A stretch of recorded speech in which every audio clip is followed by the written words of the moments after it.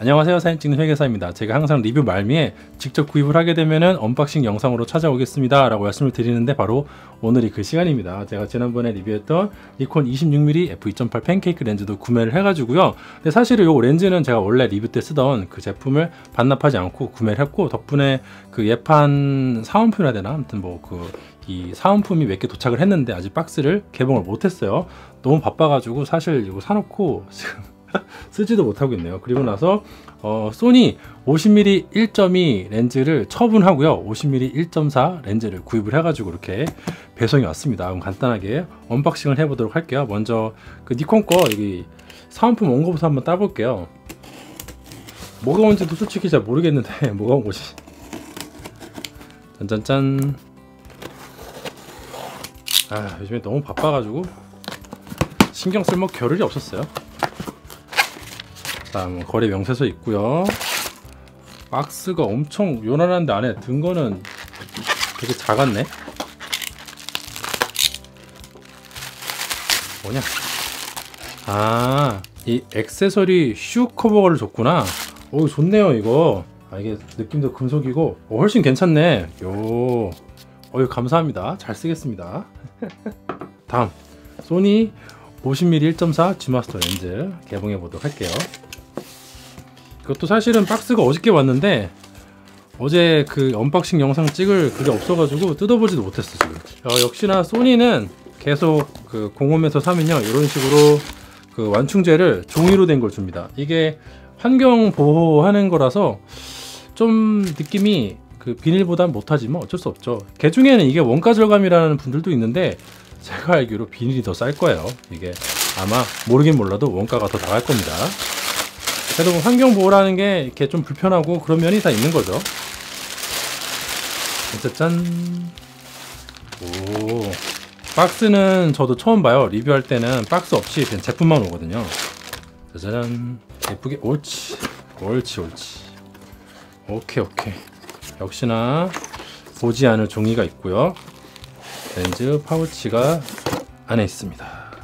안에 있는 거 이거 비닐 대신에 약간 헝겊 마분지 같은 거로 바뀌었네요. 요거는 느낌이 원래 있던 것보다 좀 더 좋은 것 같아요. 짠. 야, 그 한 3-4주 봤던 렌즈 지금은 반납해서 없는데 그 렌즈가 그대로 들어 있습니다. 그리고 이제는 요 후드가 별도 비닐 없이 이렇게 따로 그냥 같이 놓여져 있네요. 그리고 필터를 제가 미리 그 쿠팡에서 주문해가지고 BW로 받았는데 요즘에 세상이 좋아져서 쿠팡에서 로켓 배송으로 BW 필터도 배송해 줍니다. 이거 시키면 하루 만에 바로 오더라고요. 짠짠. 이것도 바뀌었네. 야, 멋있게 바뀌었네. 그 원래 있던 그 플라스틱 껍데기가 아니라 이렇게 뭐 가죽으로 돼 있네요. 야, 이거 신기하네. 개봉하고 먼지가 들어가기 전에 짠짠. 그리고 이 필터 옆에도 음각으로 무늬가 생겼네요. 야, 훨씬 고급스럽다.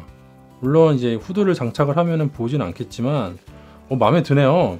앞으로는 벨로보다는 BW를 더 많이 사야겠는데요. 훨씬 고급스러운데 마음에 듭니다. 자, 이제 제가 가장 애용하는 저의 에마 알파1에다가 마운트를 해보도록 하겠습니다.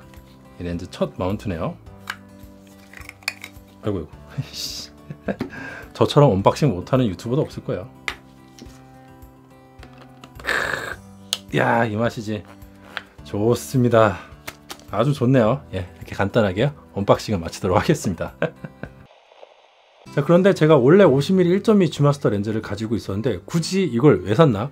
그 얘기를 해드릴까 하는데, 그때 리뷰 영상에서도 상당히 고민스럽다 라고 말씀을 드렸는데 결국에는 그 1.2 G마스터 렌즈는 판매를 하고요.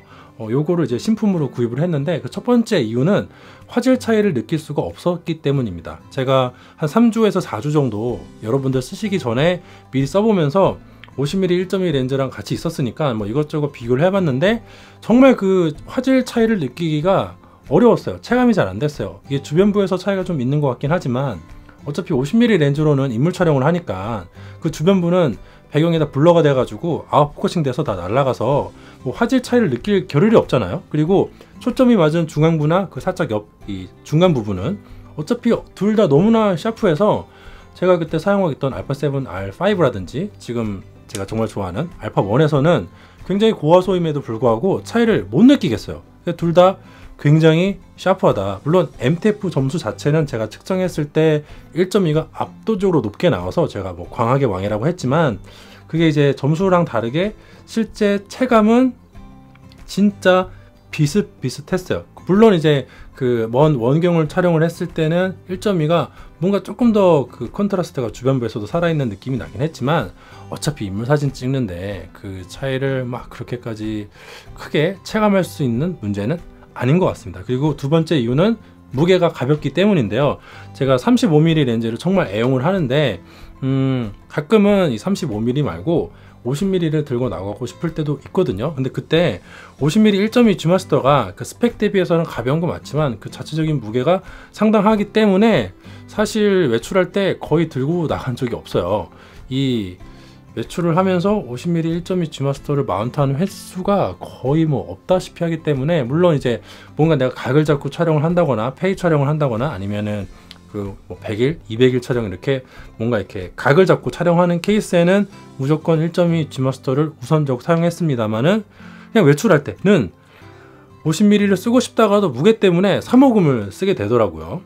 이 보시면은 이건 이사금은 그 구독자분이 빌려주신 건데, 이사금, 3호금, 5사금, 이거 50.2 G마스터는 5이금, 50.4 G마스터는 5사금 이렇게 하시는 경우가 많은데, 이거 세 개가 무게가 정말 비슷비슷하고요. 이 많은 분들이 기존에 써보셨던 렌즈이기 때문에 어느 정도 체감일지는 다들 아실 것 같아요. 그래서 정말 무게가 가볍다. 그 기존 50mm 1.2 대비해서는 체감이 확실하게 될 정도로 다이어트가 됐기 때문에, 어차피 내가 원래도 이제 무거워서 잘 안 썼는데 그거 생각해 봤을 때는 요거 사는 게 조금 더 이득이지 않을까 라고 해가지고 이 50.4 G마스터를 사게 되었습니다. 사실은 그 50.2가 광학의 왕이라서 제가 잘 쓰지는 않지만 이거를 팔 일이 없을 것이다 라고 생각을 했는데, 역시 소니를 대체하는 건 소니밖에 없는 것 같아요. 그리고 물론 이제 그렇다고 이제 50.2가 장점이 아예 없냐, 그건 아니고, 확실하게 1.2가 주는 배경 흐림의 맛은 조금 더 특별한 무언가가 있는 것 같아요. 특히나 이 동일하게 그 조건을 맞춰서 테스트를 해봤을 때 이 극 주변부가 뭔가 조금 더 이 비네팅이 생기면서 이 약간 약간 회전형으로 살 뭉개지는 느낌이 있거든요. 근데 50mm 1.4 G마스터는 그런 그 뭉개지는 맛은 좀 없고 약간 보케가 좀 평이한 편인 것 같아요. 그러니까 50mm 1.2 G마스터는 확실히 배경 흐림이 유니크하다는 느낌이 있고요. 1.4는 좀 무색무취하고 무난하고 부드럽고 그냥 좀 그런 게 있습니다. 이게 말로는 표현하기 힘들지만은 좀 쉽게 말해서 50.2는 비네팅이나 여러 가지 것들 때문에 극주변부가 좀 뭔가 개박살나는 느낌이 있는데, 이건 그런 느낌까지는 없어요. 하지만 이 종합적으로 봤을 때 그 화질은 무의미하고 보케랑 무게를 놓고 비교했을 때는 저는 무게를 택할 것 같아요. 원래는 제가 그런 사람이 아니었는데, 제가 크고 아름다운 걸 좋아하는 사람이었는데 요즘에 이제 육아를 하다 보니까 짐이 너무 많아서 뭐 기저귀에 뭐 물병에 이것저것 짐이 너무 많거든요. 그러다 보니까 일단 지금은 2023년에 저는 50.4 G마스터를 선택하게 되었습니다. 그리고 이제 리뷰 후기를 좀 남겨보자면은, 이번에 50.4 MTF 점수 제가 올린 거 가지고 사실 이것저것 이야기가 많이 오가고 있는데, 이번 렌즈는 유난히 리뷰들마다 약간 그 평가 결과가 다른 것 같아요. 그 중에서도 아마 제가 점수가 제일 짜게 나온 것 같은데, 그 짜게 나온 점수로도 사실 대단한 스코어를 기록했으니까 이 화질은 누가 뭐래도 합격이라고 봅니다. 이게 이 렌즈 팁 점수가 제일 높게 나온 걸로 제가 알고 있는데, 사실은 그거는 저도 이미 리뷰를 오픈하기 전에 봤어요.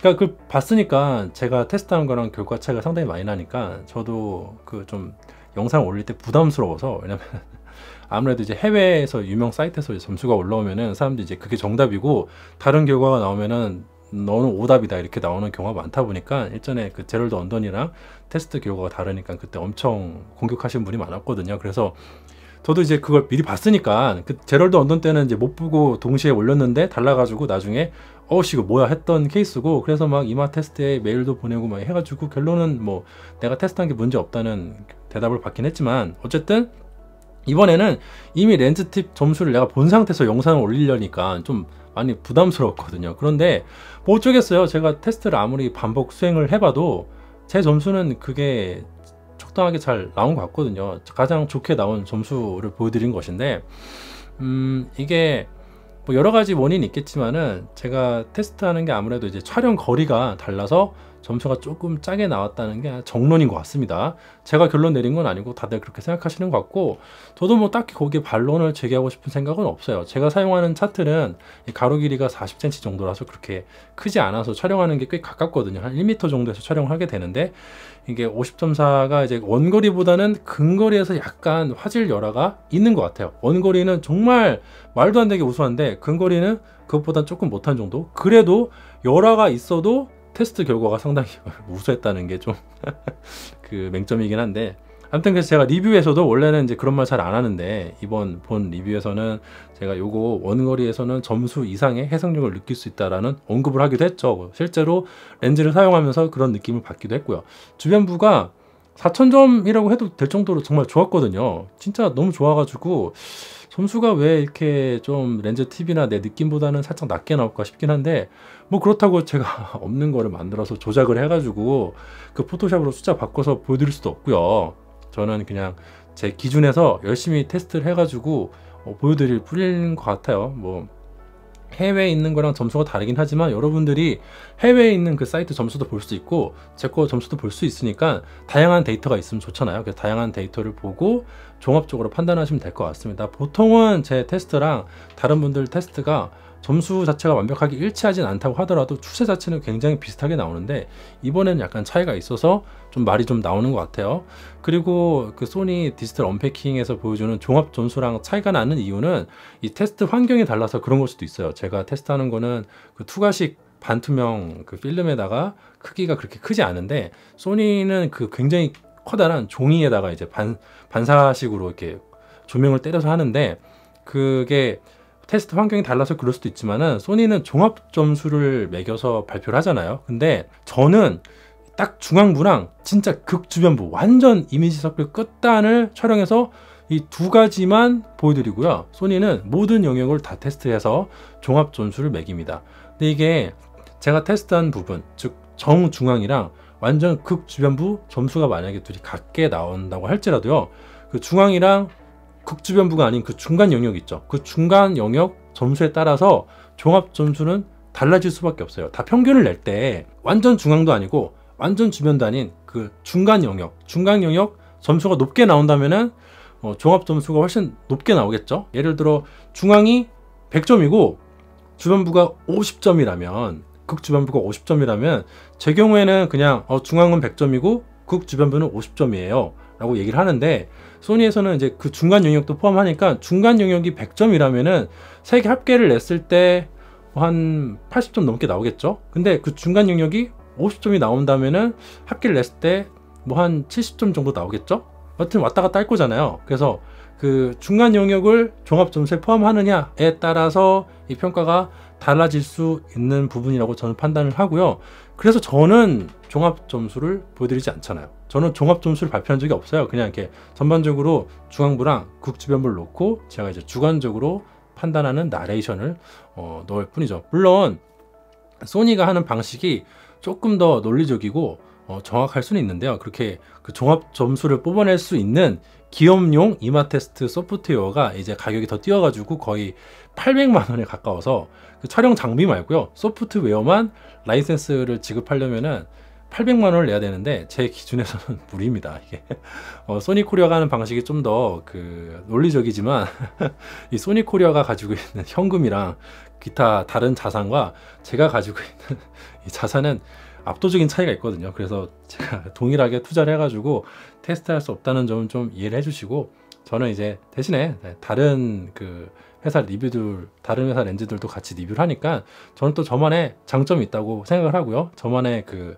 제가 할 수 있는 최선을 다해서 테스트를 진행하고 있으니까 너무 그렇게 나쁘게 보지 말아 주시고요. 그냥 다양한 데이터 중에 하나라고 참고해 주시면 될 것 같아요. 저는 제가 한 테스트가 항상 옳다고 말한 적도 없고요. 제 테스트는 분명히 그 한계가 있어요. 이 촬영 거리가 가깝다 보니까 관광렌즈 같은 경우에는 그 중앙부 점수는 상당히 좀 높게 나오고, 이 주변부는 상면 만국 때문에 좀 손해를 보는 측면이 있고, 또 여러 가지 그 큰 차트에서 하는 것보다는 단점이 있고 또 여러 아까 말씀드린 대로 이 모든 영역을 다 테스트해서 종합 점수를 내는 게 아니기 때문에 이렇게 중앙이랑 극 주변부만 테스트해서 결과를 발표할 때는 그 중간 영역에 따라서 약간의 바이어스가 편의가 개입이 될 수 있는 여지가 충분히 있다고 봅니다. 저의 한계에 대해서 늘 말씀을 드리니까 그 부분은 좀 오해가 없으시길 바라고 다양한 데이터 중에 하나로 봐주시면 감사하겠습니다.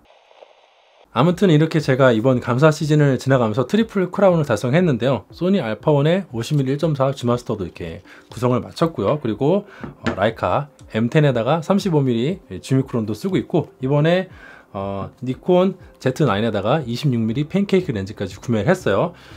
니콘 Z 마운트 같은 경우에는 제가 이제 봄이 되면은 100에서 400mm 104 Z 렌즈 하나 구매를 해가지고 그 골프 경기 이런 거 촬영을 한번 하러 다닐까 라고 생각은 하고 있는데, 시간이 실제로 나가지고 촬영을 하러 다닐 수 있을지 좀 의문스럽네요. 이게 항상 한가할 것 같다가도 뭔가 계속 바쁜 일이 생겨가지고 또 육아를 하다 보니까 제가 막 이렇게 밖에 혼자 외출하는 거를 집에서 별로 좋아하진 않아서 갈 수 있을지 모르겠지만, 개인적으로는 백사금 사가지고 막 대회 같은 거 쫓아다니면서 갤러리로 선수들 사진 촬영하고 싶은 마음이 있습니다. 아무튼 이제 특히나 이번 감사 시즌 1, 2, 3월 동안 많은 고통을 겪었는데, 어서 봄이 와가지고 바쁜 것도 지나가서 아까 계획한 대로 그 대회 같은 데 가서 촬영한 것도 하고 싶고요. 또 지인들하고 골프 라운딩 가가지고 그 촬영하는 것도 하고 싶고, 또 가족들하고 외출하고 여행 다니면서 예쁜 사진, 동영상 많이 남기고 다녔으면 좋겠습니다. 여러분들도 항상 건강하고 행복하시고요. 오늘 그 지름 신고, 생존 신고 영상은 이만 마치도록 하겠습니다. 오늘도 역시 제 영상이 뭐 도움은 잘 안 됐을 것 같지만 재미라도 있었다면 좋아요랑 구독 부탁드리도록 하겠습니다. 감사합니다.